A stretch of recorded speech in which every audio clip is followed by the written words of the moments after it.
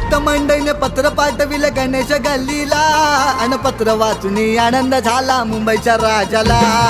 पत्र वाचून आनंद झाला मुंबईच्या राजाला. पत्र वाचून आनंद झाला मुंबईच्या राजाला. अनेक रूपे घेऊन येतो माझा गणराया, कधी विष्णू श्री कृष्ण माझा शिवशंकर भोळा. शिवशंकर भोळा, शिवशंकर भोळा, शिवशंकर भोळा, शिवशंकर भोळा. हे गणा